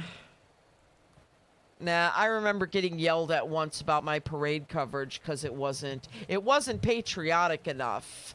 Really? Yeah. Did that come from the mothership, or was that? Oh no, Oh, no, that's just one the of public. Oh yeah, Well, whatever. yeah, Whatever. That's the public. They someone can from choose. here. They Yeah. can choose to buy the paper or not. Whatever. Well. Whatever. Anyway. Yes. But yeah, I just I was like, nah.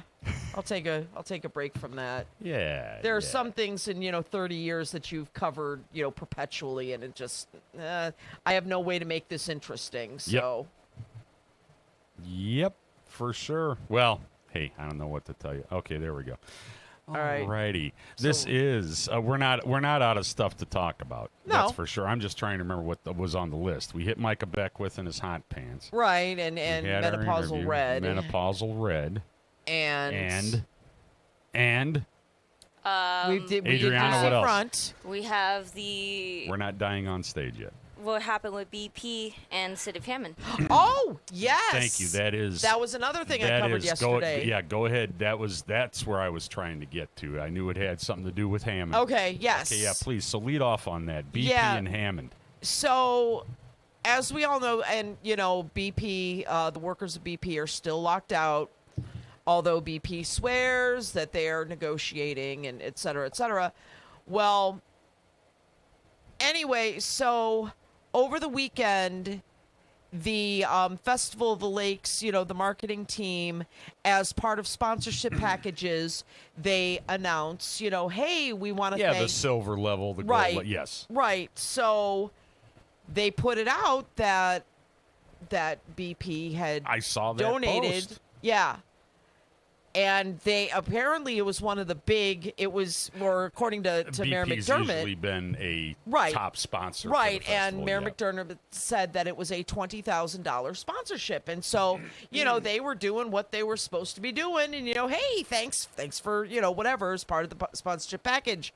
Well, 2 months ago now, May 26th, the town came out and, or put out a resolution supporting the workers. That was the City of Hammond. Yeah, City of Hammond. Yeah. They went ahead and they were like, resolution, we support our workers. Sure. Or we, BP, you can go kick rocks, that whole thing.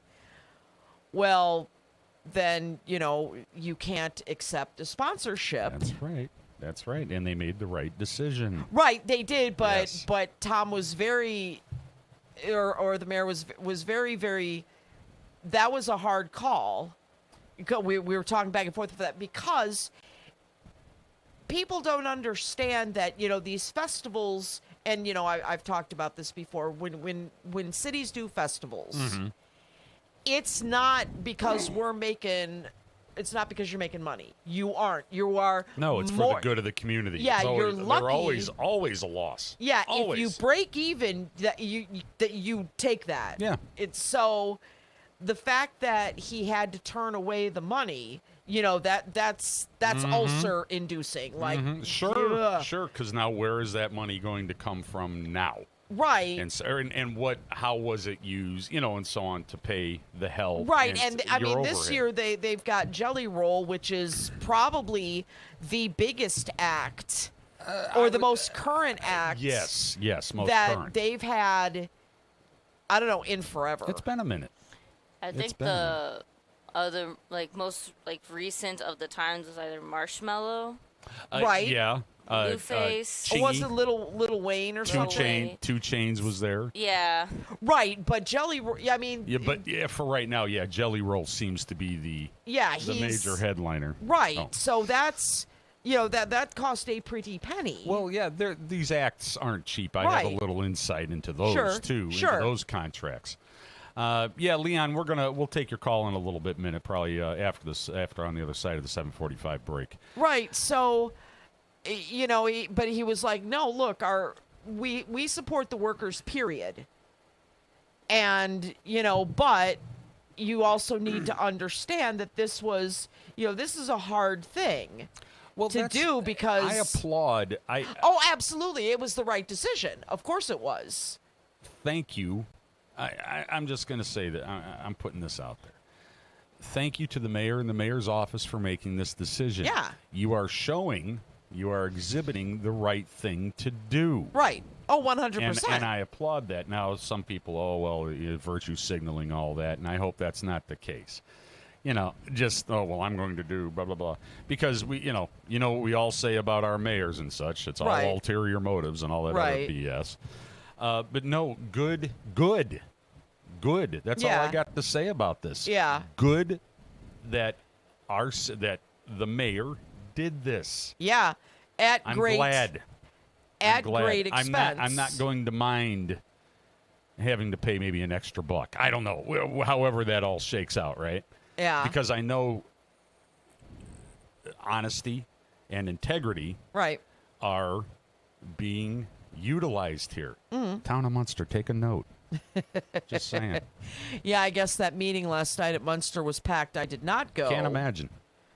Well, and it was funny because I see a lot of complaints this morning about how the council has it set up that public comment is 20 minutes, and it's like, you guys. It's the segment is 20 minutes long. Yeah, they blocked it up. Well, the 3 minute rule, that's it. No matter how long that goes, why do you block it off now? Because you don't want to hear. I remember this happened years ago already. Or has happened before, so they're starting that BS again. See, but I don't. I'm looking at it from a different perspective.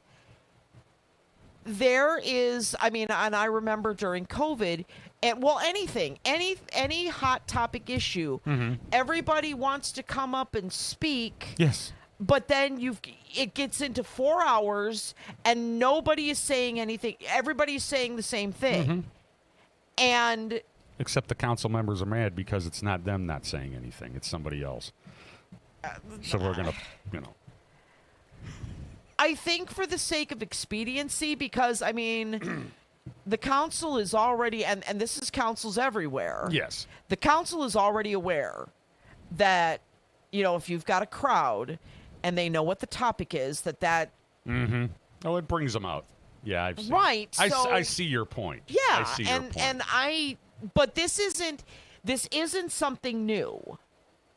No. And no. Everybody or a good, portion of the populace at this meeting is all of a sudden, they've been doing this for years. Yeah. Yeah. Just you're not there all the time like you are when you're angry and pissed right. off the world so about something that is out of your control. Yeah, and sure. and I know people are upset, and I know that I truly believe, and I do not have any sort of insider information. Mm-hmm. I think it would be suicide for these guys to allow a data center because they're about to go into campaign season. Well, yeah. And it is absolute suicide, so I don't think it's going to happen. We'll see. We'll see. It all remains. That's right, my attitude. It all remains to be seen. I don't think right it's now. going to happen. We do have to take one last break before the 8 o'clock hour. We're going to be make it quick, Leon. I know you're still on the line. We will take your call and then finish up. WJOB 1230 AM 104.7 FM. The bright spot on the dial. That's what they said. I'm a victim of being ran over by a semi while I was flagging. The person wasn't paying attention, and they hit me with their vehicle. I seen a accident where we were the first people to walk up, and that picture will never leave my mind. I've seen people get hit before. It's been horrible. Construction zones on roadways and bridges are more than just cones and equipment.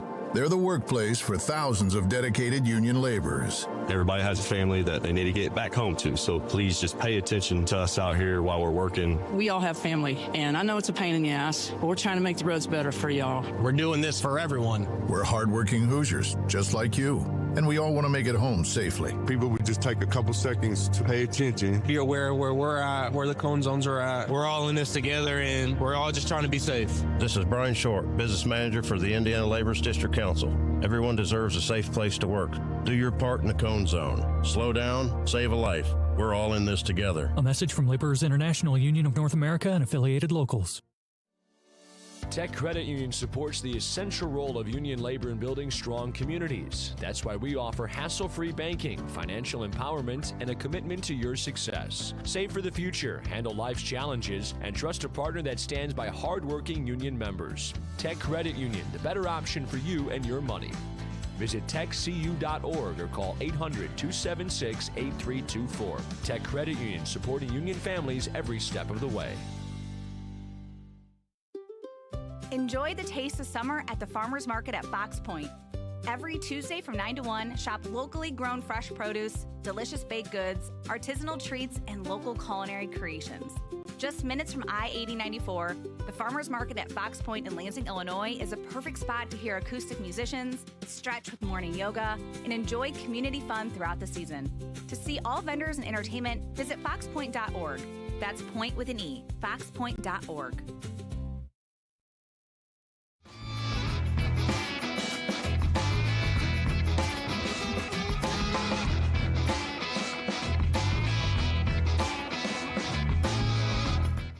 Yo, yo, yo. That's what they said here at WJOB 1230 AM 104.7. We're going to take some callers. We took some callers at the beginning, had our interview, and kept moving on. We got Leon on line 562. Leon. Hey, Leon.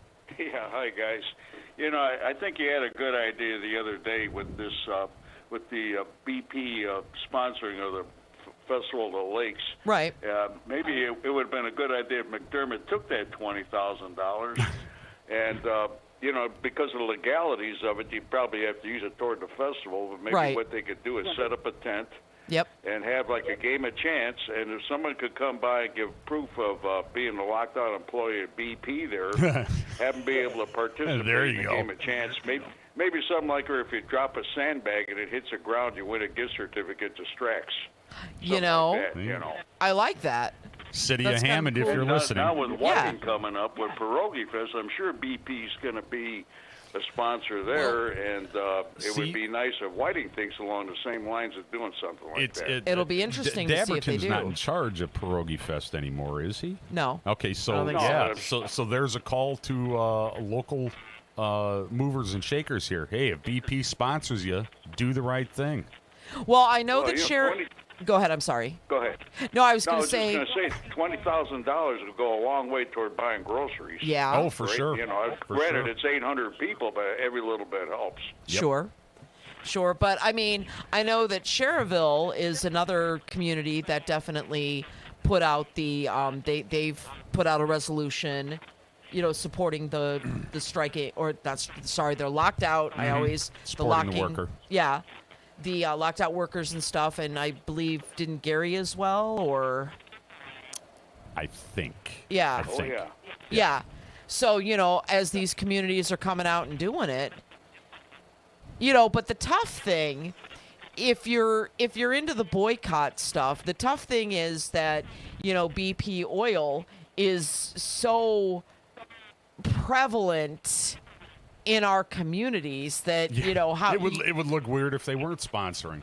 Right, but you can't, you know, the boycott of them, or, you know, these are, you know, symbolic and important gestures. See, this is a boycott. Yeah, you know, the problem with a boycott against BP, let's say gas stations or something like that, is that refinery supplies just about every gas station. Yep, that's what I was getting at. Sure. Yep.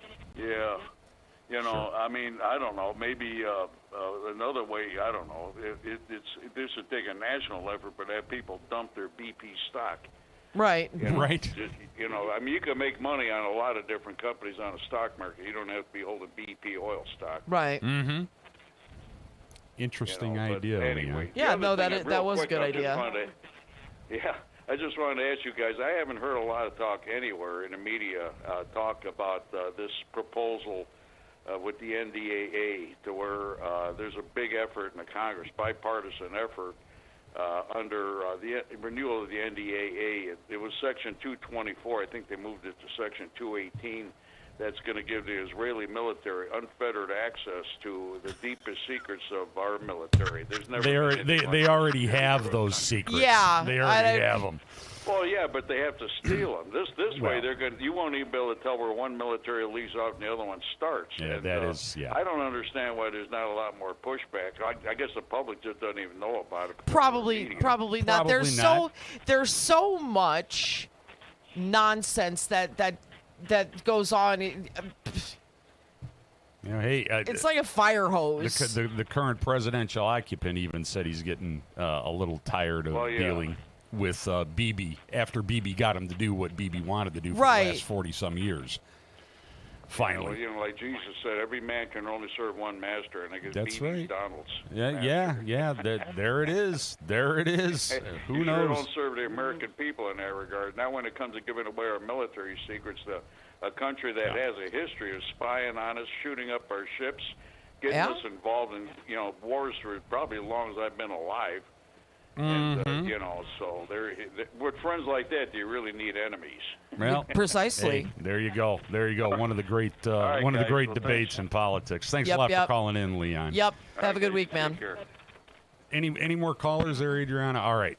Michelle and I have discussed this, and I'm not going to name names, but a week ago on this show, a call was made by Bobby Costa, former Yes. president of Haven House. Yeah. Is that the and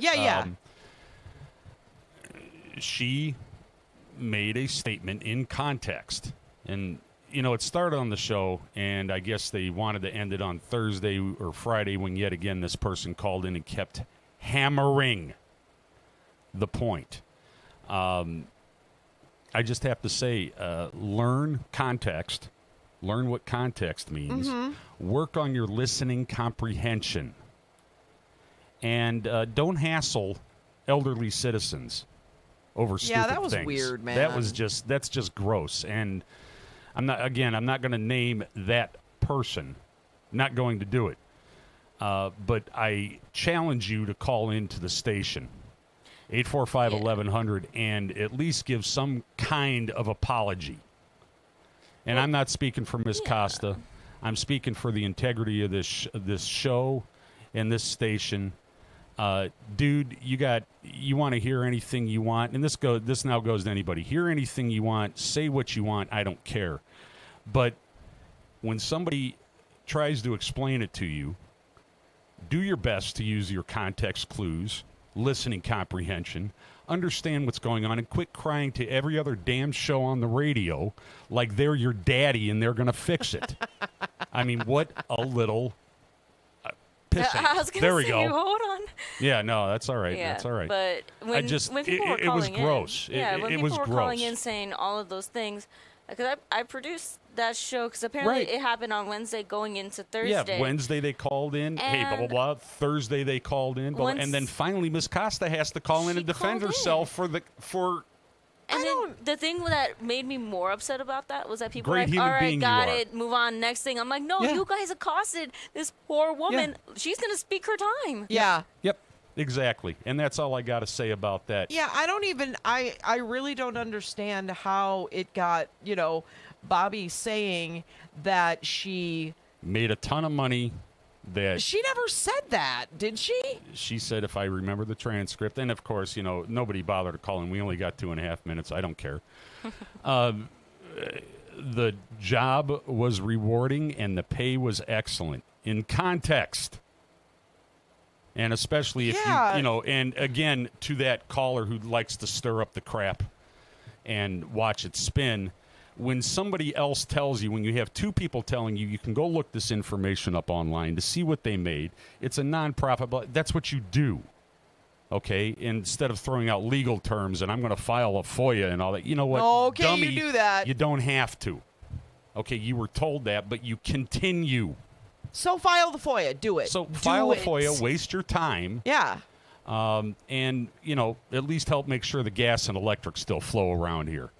All right? Yeah. That's all I got to say. Adriana, any last words, ma'am? Nope, that is about all that we got time for. Ms. Quinn? Nah, I'm good.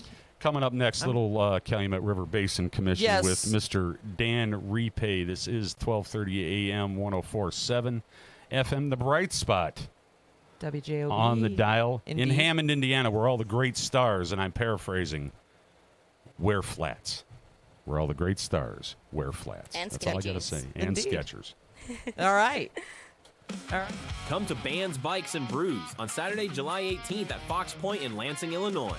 A celebration of rock, motorcycles, and cold brews explodes at 3 p.m. with live music from Grindstone, Fatal Order, and Count 77. Rock out with headliner LA Guns.